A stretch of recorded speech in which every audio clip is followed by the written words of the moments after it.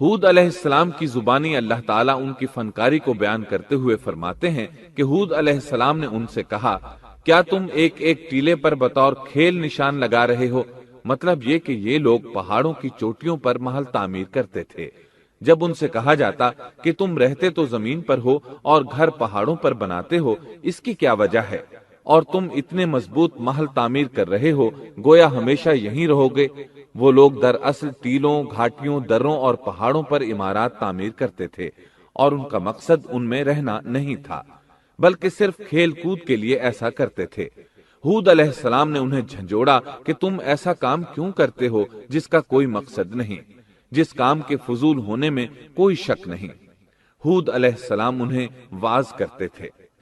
اے میری قوم، اللہ نے تمہیں بڑی قوت سے نوازا ہے۔ تمہاری طاقت کا عالم یہ ہے کہ جب تم کسی پر ہاتھ ڈالتے ہو تو ظلم کرتے ہو، کوئی شخص تمہارے سامنے آنا گوارا نہیں کرتا۔ لہذا اللہ سے ڈرو اور میری پیروی کرو، اس سے ڈرو جس نے ان چیزوں سے تمہاری مدد کی۔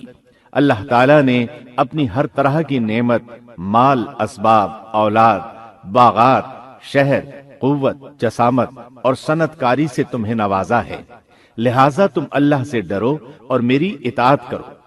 لیکن ان کی قوم نے کوئی اثر نہ لیا، نہ ان پر ایمان لائی، الٹا لگی تکبر کرنے، اللہ کی حمد کی بجائے اس کی ناشکری کرنے لگی۔ اور تکبر کے بارے میں بات یہ ہے کہ جب سے ابلیس نے اس کو اختیار کیا، یہ اس وقت سے آزمائش بن چکا ہے۔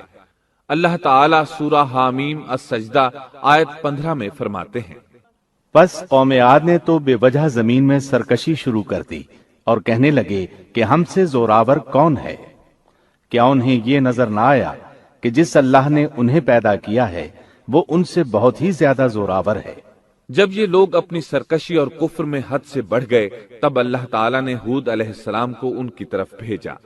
انہوں نے انہیں اللہ کی طرف بلایا اور کہا، اے میری قوم، اللہ کی عبادت کرو، اس کے سوا تمہارا کوئی معبود نہیں۔ کیا تم ڈرتے نہیں؟ قوم کے کافر سردار کہنے لگے، ہم تو دیکھتے ہیں کہ تو نری بے وقوفی میں ہے، ہمارے خیال میں تو جھوٹا ہے۔ اس پر ہود علیہ السلام نے فرمایا، میری قوم، میں بے وقوف نہیں، میں تو تمام جہانوں کے پروردگار کی طرف سے بھیجا گیا ہوں، تمہیں اپنے رب کے پیغامات پہنچا رہا ہوں، اور ہوں بھی تمہارا دلی خیر خواہ اور امانت دار۔ کیا تم اس بات سے تعجب کرتے ہو کہ تم میں سے ایک شخص کی معرفت، اللہ کا ذکر تم تک پہنچا کہ وہ تمہیں خبردار کر دے؟ تم اللہ کی اس نعمت کو یاد کرو کہ اس نے تمہیں قوم نوح کے بعد خلیفہ بنایا اور ڈیل ڈول میں تمہیں زیادہ پھیلاؤ دیا۔ تم اللہ کے احسانات کو یاد کرو تاکہ فلاح اور نجات پا جاؤ۔ ہود علیہ السلام نے اللہ کی عظیم نعمتوں کے ساتھ انہیں نصیحت کی، لیکن وہ بدبخت کفر ہی کرتے رہے۔ آخر انہیں جھنجھوڑنے کے لیے انہوں نے فرمایا، اے میری قوم، اللہ ہی کی عبادت کرو، اس کے سوا تمہارا کوئی معبود نہیں۔ تم تو صرف بہتان بازی کر رہے ہو، یعنی جن بتوں کی تم پوجا کر رہے ہو ان کی پوجا تم نے خود گھڑی ہے۔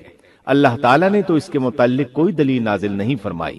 میری قوم کے لوگوں، میں تم سے اس دعوت و تبلیغ کی کوئی اجرت نہیں مانگتا، میرا اجر اس کے ذمے ہے جس نے مجھے پیدا کیا ہے، تو کیا تم پھر بھی عقل سے کام نہیں لیتے؟ اے میری قوم کے لوگوں، اپنے رب سے گزشتہ گناہوں کی معافی طلب کرو، آئندہ گناہوں سے توبہ کرو، تاکہ وہ برسنے والے بادل تم پر بھیج دے اور تمہیں طاقت میں اور بڑھا دے، تاکہ تم گناہگار ہونے کے باوجود روگردانی نہ کرو۔ ہود علیہ السلام مسلسل انہیں دعوت دیتے رہے، لیکن وہ ظالم قوم نوح کی طرح ان کا مذاق اڑانے لگی اور کہنے لگی، ہمارے خیال میں تو بے وقوف ہے، اور شاید تو ہمارے کسی معبود کے بڑے جھپٹے میں آ گیا ہے، تو ہمارے بتوں کو برا کہتا ہے، اس لیے ان میں سے کسی کی مار تم پر پڑی ہے، اسی لیے تو ذہنی مریض بن گیا ہے۔ وہ ظالم لوگ چونکہ آخرت پر ایمان نہیں رکھتے تھے اور دنیا میں خوشحالی کی زندگی بسر کر رہے تھے اور تھے بھی اپنی قوم کے سردار، اس لیے اپنے ماتحتوں سے کہنے لگے، یہ تو تم جیسا ہی انسان ہے، وہی کچھ کھاتا ہے جو تم کھاتے ہو اور پیتا بھی وہی کچھ ہے جو تم پیتے ہو۔ اب اگر تم نے اپنے جیسے انسان کی اطاعت قبول کر لی تو سخت خسارے میں رہو گے۔ کیا یہ تمہیں اس بات سے دھمکاتا ہے کہ جب تم مر کر خاک اور ہڈیاں بن جاؤ گے تو پھر زندہ کیے جاؤ گے؟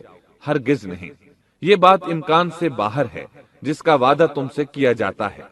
یہ زندگی تو صرف دنیا کی ہے، ہم مرتے جیتے رہتے ہیں، ہم پھر نہیں اٹھائے جائیں گے۔ یہ تو وہ شخص ہے جس نے اللہ پر جھوٹ باندھا ہے، ہم اس پر یقین کرنے والے نہیں۔ ہود علیہ السلام انہیں دعوت دیتے رہے یہاں تک کہ ان کی قوم نے واضح طور پر کہہ دیا کہ آپ ہمیں واز سنائیں یا نہ سنائیں، ہم تو اپنی روش نہیں چھوڑیں گے، یہ تو پرانے لوگوں کا دین ہے۔ اس طرح قوم انہیں مسلسل جھٹلاتی ہی رہی۔ آخر ہود علیہ السلام نے بھی انہیں کھلم کھلا دھمکی دی اور فرمایا، لوگوں سنو، میں صرف تمہیں ہی نہیں اللہ کو بھی گواہ بنا کر اعلان کرتا ہوں کہ اللہ کے سوا جس جس کی عبادت ہو رہی ہے میں ان سب سے بری طرح بیزار ہوں۔ اب تم ہی نہیں اپنے ساتھ اوروں کو بھی بلا لو اور اپنے ان سب جھوٹے معبودوں کو بھی بلا لو، اور تم سے جو ہو سکے مجھے نقصان پہنچا دو، مجھے کوئی مہلت نہ دو، نہ مجھ پر ترس کھاؤ۔ یہ فرمانے کے بعد انہوں نے اللہ سے دعا کی، اے پروردگار، ان کے جھٹلانے پر تو میری مدد فرما۔ اللہ کی طرف سے آپ کو جواب ملا، یہ تو بہت ہی جلد اپنے کیے پر پچھتانے لگیں گے۔ اللہ کے نبی کا انکار کرنے، اس سے بغض رکھنے اور اس کا مذاق اڑانے والوں کا انجام کیا ہوا؟ اللہ نے انہیں ایسے زناٹے کی آندھی سے تہس نہس کیا کہ جس کی تاریخ میں مثال نہیں ملتی۔ اللہ نے ان سے بارش روک لی، اس سے خشک سالی کی کیفیت پیدا ہو گئی، درخت اور پھل ختم ہو گئے، وہ لوگ بارش کی خواہش کرنے لگے۔ اسی حالت میں ایک دن اللہ نے انہیں عذاب دینے کا ارادہ فرمایا۔ انہوں نے دیکھا ایک سیاہ بادل ان کی طرف بڑھ رہا ہے، خوشی سے اچھلنے لگے، کہنے لگے یہ بادل ہم پر برسنے والا ہے، جبکہ ان کا خیال غلط تھا۔ دراصل ابر کی صورت میں یہ وہ قہر الہی تھا جس کے آنے کی وہ جلدی مچا رہے تھے۔ وہ عذاب ان کی بستیوں کی تمام چیزوں، پھلوں، خیموں، درختوں کو تہس نہس کرتا ہوا آیا۔ اسے اللہ کا یہی حکم تھا۔ آندھی اس قدر زبردست تھی کہ پہاڑوں پر ان کے تعمیر کردہ محلوں تک کو اڑا لے گئی۔ مجرموں کا یہی بدلہ ہے۔ اللہ تعالیٰ سورۃ الزاریات آیت 41 اور 42 میں فرماتے ہیں، اسی طرح عادیوں میں بھی ہماری طرف سے تنبیہ ہے، جبکہ ہم نے ان پر خیر و برکت سے خالی آندھی بھیجی، وہ جس جس چیز پر گرتی تھی اسے بوسیدہ ہڈی کی طرح چورا چورا کر دیتی تھی۔ اس آندھی نے ہر چیز کو فنا کر کے رکھ دیا۔ اللہ تعالیٰ ان کی تباہی ایک جگہ ان الفاظ میں بیان کرتے ہیں، قوم عاد نے بھی جھٹلایا، پس کیسا ہوا میرا عذاب اور میری ڈرانے والی باتیں۔ ہم نے ان پر تیز و تند مسلسل چلنے والی ہوا ایک لگاتار منحوس دن میں بھیج دی، جو لوگوں کو اٹھا اٹھا کر دے پٹکتی تھی، گویا کہ وہ جڑ سے کٹے ہوئے کھجور کے تنے ہیں۔ پس کیسی رہی میری سزا اور میرا ڈرانا؟ یقیناً ہم نے قرآن کو نصیحت کے لیے آسان کر دیا ہے، پس کیا ہے کوئی نصیحت پکڑنے والا؟ ایک تیسرے مقام پر اللہ نے ان کی ذلت اور رسوائی کا ذکر یوں کیا ہے، قوم عاد بے حد تند اور تیز ہوا سے غارت کر دی گئی۔ وہ ہوا ان پر برابر لگاتار 7 رات اور 8 دن تک اللہ کے حکم سے چلتی رہی۔ آپ وہاں ہوتے تو دیکھتے کہ وہاں لوگ یوں چاروں شانوں چت گرے پڑے ہیں جیسے وہ کھجوروں کے کھوکھلے تنے ہوں۔ کیا ان میں سے کوئی بھی آپ کو باقی نظر آ رہا ہے؟ ہود علیہ السلام کو اللہ تعالیٰ نے اپنی رحمت سے نجات دی۔